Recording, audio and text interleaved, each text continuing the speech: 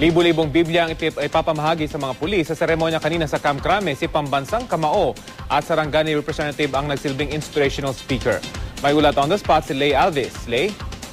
Rafi, 20,000 Biblia mula sa Philippine Bible Society ang ipapamahagi sa kapulisan sa buong bansa. Dinala na kanina sa Camp Crame ang mga Biblia sa okasyon ng ika-20 anibersaryo ng Police Community Relations Group. Si Sarangani Representative Manny Pacquiao ang naimbitahang magbigay ng inspirational message tungkol sa pagbabasa ng Biblia. Anya, ang salita ng Diyos ang nakapagpabago sa kanya.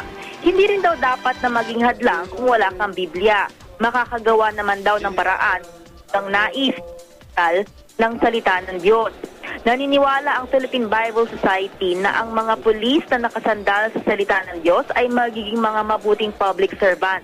Si Police Chief Superintendent Agrimero Cruz na dating hepe ng Police Community Relations Group, nagbahagi ng mga karanasan ng mga pulis kung saan nailigtas ng kanilang pananampalataya mula sa tiyak na kapahamakan.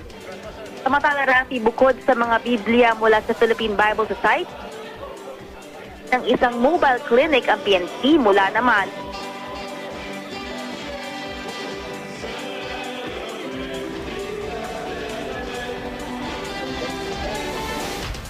Maraming salamat, Lay Alves.